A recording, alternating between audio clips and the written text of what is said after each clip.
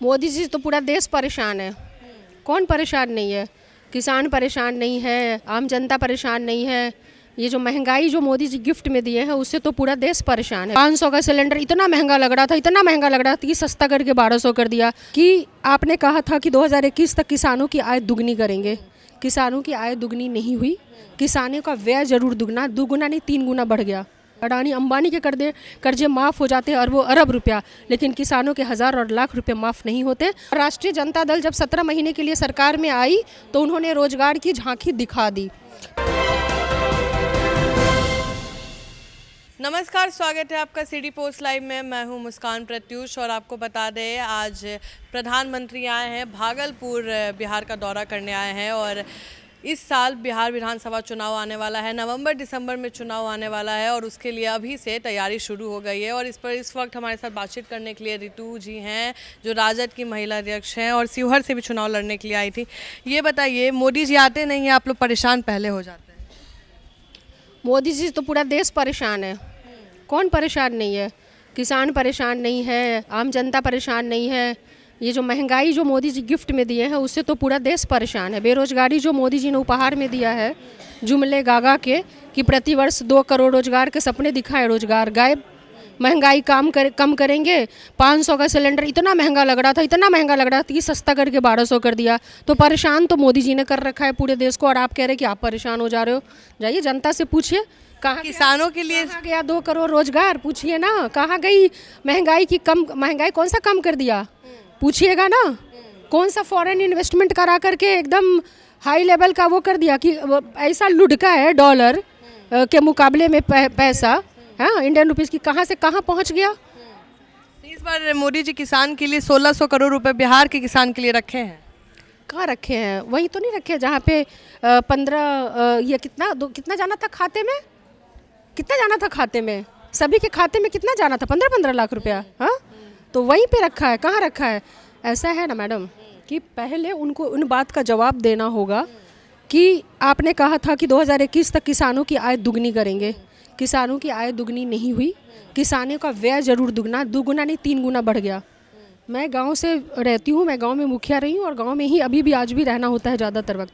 हमने देखा इस बार भी कि जब आलू किसान खरीदने गया खेतों में लगाने के लिए, जिसको आप आलू का बीज कह सकते हैं, आलू को ही खरीदते हैं और उसी को काट करके लगाते हैं। अगर वो खरीदा गया 30 रुपये किलो, तो आज फसल तैयार होने के बाद जिसमें पसीना लगा, पानी लगा, मेहनत लगा, रक्षा रखवाली हर चीज़ के बाद आज वो आलू की कीमत क्या हो गई? लागत 3 गुना ज़्यादा। और जब निकलने की बारी होती है ना, हाथ में पैसे आने की बारी होती है ना, तो 10 और 12 रुपये किलो वही आलू मिलता है। आप उस तकलीफ़ को समझ सकती हैं कि जिसको लगाने का खर्चा 30 रुपया और जब बेचने की बारी आई तो वो 10 और 12 रुपये हो जाता है। उस किसान की तकलीफ़ को आप समझती हैं? उस आलू को लगाने के लिए उसने कर्जे लिए होंगे। यहाँ बड़े बड़े उद्योगपतियों के कर्जे माफ़ हो जाते हैं, अडानी अंबानी के कर्जे माफ़ हो जाते हैं अरबों अरब रुपया, लेकिन किसानों के हज़ार और लाख रुपए माफ़ नहीं होते। और ये जो कहते थे ना कि किसानों की आय दुगनी करेंगे, किस किसानों की, किन किसानों से वो आँख मिला करके बात करेंगे? क्या कहेंगे किसानों को? कहाँ पर ढिकरा फोड़ेंगे उस जुमले का कि किसानों की आय दुगनी कर देंगे? कितना परेशान है आज देश का किसान। तेजस्वी यादव कह रहे थे कि पलायन बढ़ गया है, बिहार में शिक्षा की कमी हो गई है, बेरोजगारी बढ़ गई है। तो इस पर चिराग पासवान ने कहा है कि जब आप लोग सत्ता में थे तब ये दिक्कतें नहीं दिखी थी, जब विपक्ष में आते तो आप लोग को दिक्कत होने लग जाता है। पलायन आप ही लोग के समय से बढ़ा है। अच्छा, तो 20 साल से हम ही हैं यहाँ पे सत्ता पे बैठे हुए। 20 साल से राष्ट्रीय जनता दल है और राष्ट्रीय जनता दल जब 17 महीने के लिए सरकार में आई तो उन्होंने रोजगार की झांकी दिखा दी। तो ये सवाल चिराग पासवान जी को पूछने का अधिकार कतई नहीं है। सत्ता में बैठ के मलाई खा रहे हैं यहाँ से केंद्र तक, वो तो जवाब देना होगा उनको। आज के पलायन का जवाब देना होगा उनको। हर चीज़ के लिए जिम्मेवार नेहरू जी ही नहीं है ना। आज का अगर अपराध है तो उसका जिम्मेवारी आज आपको लेना पे डाल रहे कि बिहार में राजद की सरकार थी। तो हम कह रहे हैं ना कि आज अगर कुशेश्वर स्थान में 3 साल की बच्ची का रेप होता है, 5 साल की बच्ची का रेप होता है, मोतिहारी में 3 महिला का लाश मिलता है जिसका कोई FIR दर्ज नहीं पाया जाता है, इन सभी बढ़ते हुए अपराधों के लिए जिम्मेवार कौन है? 2005 के पहले की। आज जो हत्याएं, आज जो मर्डर, आज जो बलात्कार, आज जो अपराध, आज जो भ्रष्टाचार है, वो सब के लिए 2005 के पहले का जिम्मेवार है। ये कैसे बेशर्म लोग हैं और सत्ता में बैठे हुए कैसे गुरूर वाले लोग हैं जिसको कि ये आज का अपराध नहीं दिख रहा।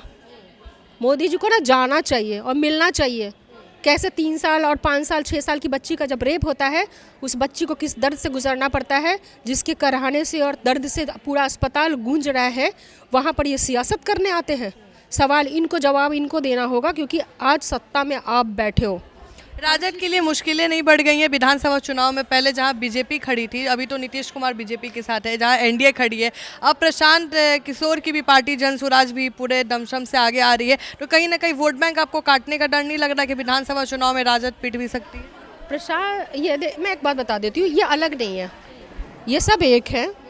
अच्छा, प्रशांत किशोर की पार्टी और एनडीए एक है। नहीं, वो बोलते हैं कि हम बीजेपी और राजद से हमें ना जुड़े, हमारा बिल्कुल अलग मुद्दा है। और वो क्या बोलेंगे? वो तो ये नहीं कहेंगे ना कि हम वो एक्सपोज होना थोड़ी चाहेंगे, पर हकीकत तो यही है। हकीकत यही है। वो सब कुछ देखने को मिला बेलागंज के चुनाव में या रामगढ़ के चुनाव में या अन्य उपचुनाव में। उनका जो टारगेटेड अप्रोच, कौन लोग थे, किसको वो टारगेट कर रहे थे। जब विकास की बात करते हैं ना मैडम, तो उनको विकास की बात करनी चाहिए, टारगेटेड अप्रोच नहीं रखना। कहना है कि मुस्लिम और यादव को आप लोग खाली वोट बैंक के लिए यूज़ करते हैं, उन लोग का आप लोग कुछ अभी तक भला नहीं किया। तो भला कौन करेगा बैठ करके यहाँ पे? करेंगे। 20 साल से कौन बैठे हैं? मैं कौन सी योजनाएं पिछड़ों के लिए ला दूँ? मैं कौन सी योजनाएं यहाँ पर बैठ करके अल्पसंख्यकों के लिए ला दूँ?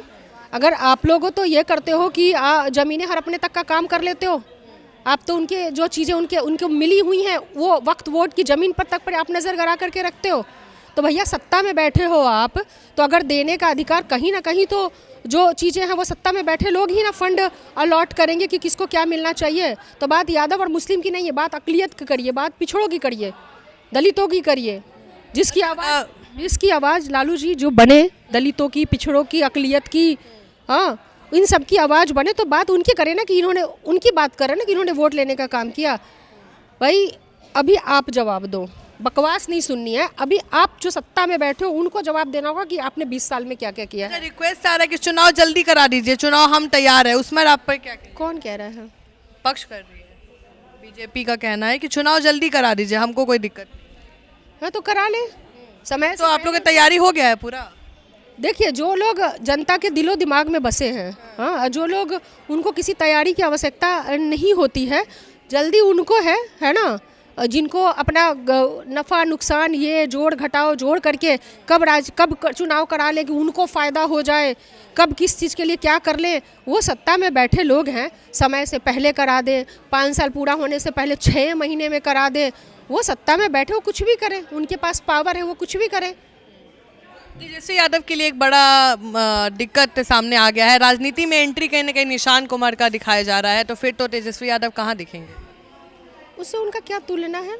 निशान कुमार नीतीश कुमार के बेटे हैं, और अगर वो आते हैं तो कहीं ना कहीं कंपैरिजन तो तेजस्वी यादव और निशान में। एक बात करें, अभी जो चीज़ें कहते हैं ना कि जो अभी फूल खिला भी नहीं है ना, तो उस पर ज़्यादा जाने का ज़रूरत नहीं है। किसी चीज़ को लगने, सींचने, बढ़ने, पलने में वक्त लगता है। तेजस्वी जी, हमें लगता है कि जब उनके मूंछ की वो भी नहीं आई थी, लकीरें तक नहीं आई थी, तब से वो यहाँ पर जनता के बीच में जा कर के, बिहार की जनता के बीच में जाकर उनके दुख तकलीफ़ को समझने का प्रयास कर रहे हैं। खेतों में जाना, किसानों से बात करना, गरीब की बस्तियों में जाना, वहाँ पे बात करना, लगातार जिस तरीके से वो अपने कार्यकर्ताओं के साथ संवाद कर रहे हैं, लगातार जा कर के वो लोगों से मिलने का, कितनी यात्राएँ उनकी हो चुकी हैं। इसके पिछले वर्ष में भी उनकी यात्रा थी, अभी भी उनकी यात्रा चल रही है। तो वो तुलना नहीं हो सकता। एक व्यक्ति जिसकी वो किशोरावस्था में जिसने कदम रखा भी ना हो सही तरीके से, वो उस वक्त पूरे शिद्दत से यहाँ की जनता की तकलीफ, दर्द को समझने का प्रयास कर रहा हो, जो युवा, और जो युवा का सिर्फ आपका नाम आया कि हाँ वो आ गए, राजनीति में आ रहे हैं या आ गए। भाई 15 साल के से ज़्यादा हो गया होगा तेजस्वी जी को यहाँ पे, कि राजनीति का यहाँ पे उन्होंने जो क ख ग घ सीखने की शुरुआत करी और वो रहे। ये ऐसा नहीं था कि वो बिहार को छोड़ के चले गए बाकियों की तरह, वो यहाँ रह करके कंपैरिजन कर रहे हैं कि कहाँ तेजस्वी यादव मुख्यमंत्री बनने का सपना देख रहे हैं, और कहाँ नीतीश कुमार के बेटे इंजीनियर है और आएंगे तो बिहार में एजुकेशन के लिए काम करेंगे। भाई आए ना, जो व्यक्ति ये कहते थे कि हम तो परिवारवाद के ऊपर जो हमेशा अपना बयान देते रहते थे, बहुत जम के बोला करते थे मुख्यमंत्री जी, तो अभी सबसे पहले वो जवाब क्या देंगे? क्या जवाब देंगे? पहले तो वो अपने जो उन्होंने यहाँ पे लगाए आरोप, परिवारवाद पे बहुत जम जम के बोला करते थे। तो कहना है कि हम नहीं ला रहे, ये तो लोगों का डिमांड है, जनता की मांग है। अच्छा, बहुत करे पुकार, आइए निशांत कुमार। भाई तो ठीक है, तो तेजस्वी जी को कौन सा लालू जी ही लेकर के आए हैं? वो क्या बात करिए, लालू जी अब खुलेआम बोल रहे हैं कि तेजस्वी यादव को मुख्यमंत्री बनाना है, हम लोग पूरा आगे बढ़ा। ये अच्छा, तो उनके बेटे से, उनके पिता के नाम से नीतीश कुमार हटा देंगे? आप निशांत जी के नाम के आगे से उनके पिता का नाम नीतीश कुमार हटा देंगे? हाँ, नहीं हटा सकते ना। तो फिर अगर दोनों हैं अगर अपने उसके लिए आ रहे, तो बात फिर दोनों की करनी होगी। इस तरह से नहीं चलेगा। अगर आप या तो फिर नीतीश कुमार जी का परिचय, नाम सब हटा करके आओ, कौन पहचानेगा आपको? अभी किस बात की चर्चा हो रही है? कौन आ रहा है? नीतीश कुमार के बेटे आ रहे हैं, निशांत आ रहे हैं। कौन निशांत? कोई जवाब, आप जवाब नहीं दे पाएंगी। कौन निशांत? निशांत आ रहे हैं। कौन निशांत? आप भी जवाब नहीं दे पाएंगी। आप भी अगर बोल रही हैं तो बोलिए नीतीश कुमार जी के बेटे आ रहे हैं। अगर नीतीश कुमार के बेटे आ रहे हैं तो परिवारवाद की बात होगी, और ये सवाल पूछा जाएगा उन लोगों से जो हमेशा परिवारवाद पर टिप्पणी किए थे। तब भी तेजस्वी जी ने कहा था कि हम भी जनता के वोट से चुन के आए हैं, हम भी विधानसभा लड़ के आए हैं। ऐसा नहीं है कि हम विधानसभा नहीं लड़े और जनता ने हमें वोट नहीं दिया। तो जब जनता ने वोट दिया तो फिर परिवारवाद नहीं है, और अगर परिवारवाद है तो फिर आपने जिस चीज़ को आज तक इतना जो कटाक्ष किए, उसके लिए मुख्यमंत्री जी को माफ़ी मांगनी पड़ेगी। कि सबसे पहले वो तेजस्वी जी से माफ़ी मांगेंगे कि बेटा हमने तुम पर यह आरोप लगाया, उसके लिए मैं शर्मसार हूँ, मैं शर्मिंदा हूँ। आप भी लालू जी के बेटे बन करके आए थे, अब मेरा बेटा भी निशांत जो है सो वो आ रहा है। पहले उनको 20 साल का जो उन्होंने वो किया है ना, जो बेइज्जती किया, अपमानित किया, जबकि तेजस्वी जी ऐसा नहीं था कि वैसे चले आए थे उठ के, वो भी जनता की वोट से चुन करके, जनता के सुख दुख में शामिल होकर के वोट लेकर के वो विधायक बने थे माननीय। तो आप सुन रहे थे रितु जी को, और काफ़ी बिना डर के, पूरा ट्रांसपेरेंसी के साथ जो जवाब दिया है हर सवाल का। हमने हर सवाल पर ट्राई किया है कि उनका जवाब लेने का, और काफ़ी कड़े सवाल भी हमने पूछे थे राजद के जो भी ट्वीट आए हैं या जो भी बयान आया है उस पर। और आपकी क्या राय है? क्या पीएम मोदी का बिहार में इस बार आना फिर से विधानसभा चुनाव को हिला देगा? क्या विधानसभा चुनाव फिर से कोई अलग मोड़ लेने वाला है? देखने वाली बात होगी। तब तक के लिए बने रहे हमारे साथ। धन्यवाद।